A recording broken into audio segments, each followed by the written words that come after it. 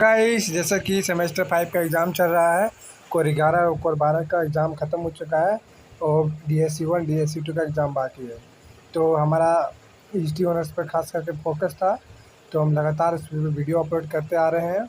तो हमारा आज का क्या टॉपिक था? तो हमारा आज का टॉपिक था नरमपंथी। ठीक है, नरमपंथी या फिर इसी का नाम है उदारवादी। ठीक है, तो इसी का हम विशेषता बताने वाले कि नरमपंथी में कौन कौन लोग थे, फिर इसी में कौन किसका क्या उद्देश्य था अंग्रेज़ों के खिलाफ़। ठीक है, अंग्रेज़ों के खिलाफ़ ये कैसा रवैया अपनाया, फिर इनके अंग्रेज़ों के संबंध में क्या कौन सा मांग उसके समक्ष रखा गया, सारा कुछ हम समझेंगे नरमपंथी को।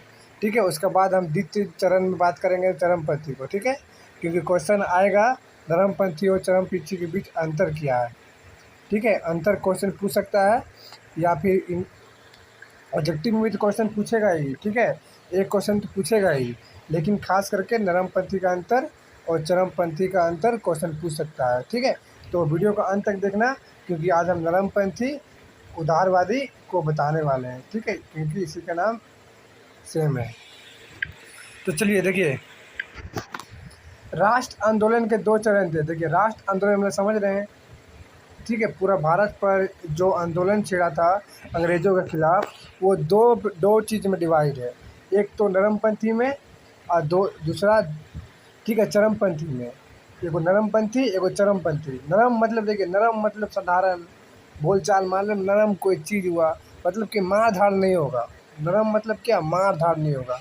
चरमपंथी में समझ रहे हैं, चरम मतलब चरम में पहुंच गया, यानी ये उग्रवादी। ठीक है, ये उदारवादी, ये उग्रवादी। ये कौन सा है? उग्रवादी। इसको हम नेक्स्ट वीडियो में बताएंगे। ठीक है, उग्रवादी। अभी हम क्या बता रहे हैं? अभी हम डायरेक्ट सिंपल सा उदारवादी, एकदम उदार मतलब कि मार धाड़ से एकदम दूर। ठीक है, तो अभी हम पूरा बताएंगे इसके बारे में, नरमपंथी के बारे में, क्योंकि आज का वीडियो इसी पर है। तो देखिए प्रथम चरण में बात करते हैं, तो प्रथम चरण को नरमपंथी के नाम से जाना जाता है या फिर उदारवादी चरण के नाम से जाना जाता है। ठीक है, ये कब से कब तक चला? ये 1885 ईस्वी से 1905 ईस्वी तक चला था। कब से कब चला था? 1885 ईस्वी से 1905 ईस्वी चला था। ठीक है, इसमें कौन कौन से व्यक्ति शामिल थे इसमें?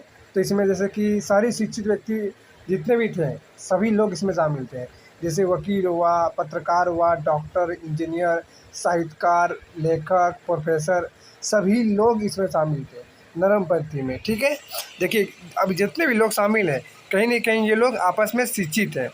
वकील हुआ, पत्रकार हुआ, इंजीनियर हुआ, साहित्यकार हुआ, प्रोफेसर, डॉक्टर, लेखक, सभी इसमें शामिल थे। ठीक है, अब इसका उद्देश्य क्या था? इसका जो उद्देश्य क्या था, मतलब ये किस प्रकार से राष्ट्र आंदोलन को में भूमिका निभाएगा, मतलब कि ब्रिटिश के सम्मुख कैसे अपनी मांग को प्रस्तुत करेगा, या फिर मतलब मारपीट करके, या फिर ऐसे बोलचाल करके। देखिए, ये लिख कर लेखकों द्वारा, भाषणों के द्वारा, प्रतिवेदनों के द्वारा ये ब्रिटिश के सम्मुख अपनी मांग को प्रस्तुत करेंगे। लेकिन अभी हम इसका नेक्स्ट वीडियो में जो उग्रवादी बताएंगे, ठीक है, उसमें आप सुनिएगा तो क्या ही बोले। ठीक है, उसमें आप बाल गंगाधर तिलक, ठीक है, उसमें पढ़िएगा आप। इसमें हम बताएंगे कौन कौन नेता शामिल थे। तो ये आप तो एक चीज़ समझ गए कि मतलब कि अंग्रेज़ों के द्वारा, मतलब कि कैसे प्रस्तुत किया अंग्रेज़ों के समझ ये अपने मांग को।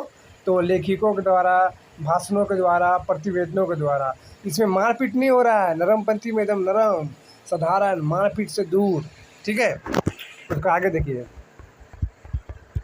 इसमें कौन कौन से लोग शामिल थे। इनमें से जैसे कि दादा भाई नौरोजी हुआ, गोपाल कृष्ण गोखले हुआ, मदन मोहन मालवीय हुआ, सुरेंद्र बनर्जी हुआ, फिरोज शाह मेहता हुआ। ठीक है, ये लोग इसमें शामिल थे। आप क्वेश्चन पूछ सकता है कि फिरोज शाह मेहता क्या नरमपंथी में थे या फिर चरमपंथी में थे? तो ये किस में थे? तो नरमपंथी के लोग हैं, ये मारपीट से दूर रहते थे। ठीक है, आगे चलिए, आगे देखिए इसने क्या क्या मांग किया। ठीक है, अंग्रेज़ों के समझ इसने क्या क्या मांग किया। अंग्रेज़ों के समझ इसने कहा, उदारवादी लोग, कि प्रशासनिक और राजनीतिक मांगों में सिविल सेवा के भारतीकरण और विधानसभा का विस्तार हो। उसका कहना है कि जो सिविल सेवा में भारतीकरण हो, भारतीय लोग शामिल किया जाए, फिर विधानसभा का विस्तार हो, फिर चुने हुए सदस्यों को स्वाभाविकता की मांग हो। ये तो किसका मानना था? ऐसा मानना था उदारवादी लोगों को, ठीक है, नरमपंथी लोगों को मानना था।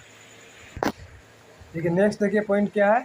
नेक्स्ट है कि न्यायिक अधिकारों को और कार्यकारी अधिकारों को पृथक किया जाए, ऐसा मांग किया था नरमपंथी लोग। ठीक है, इसका कहना था कि जो न्यायिक होता है, जो कार्यकारी होता है, अधिकारों होता है, उसको अलग किया जाए।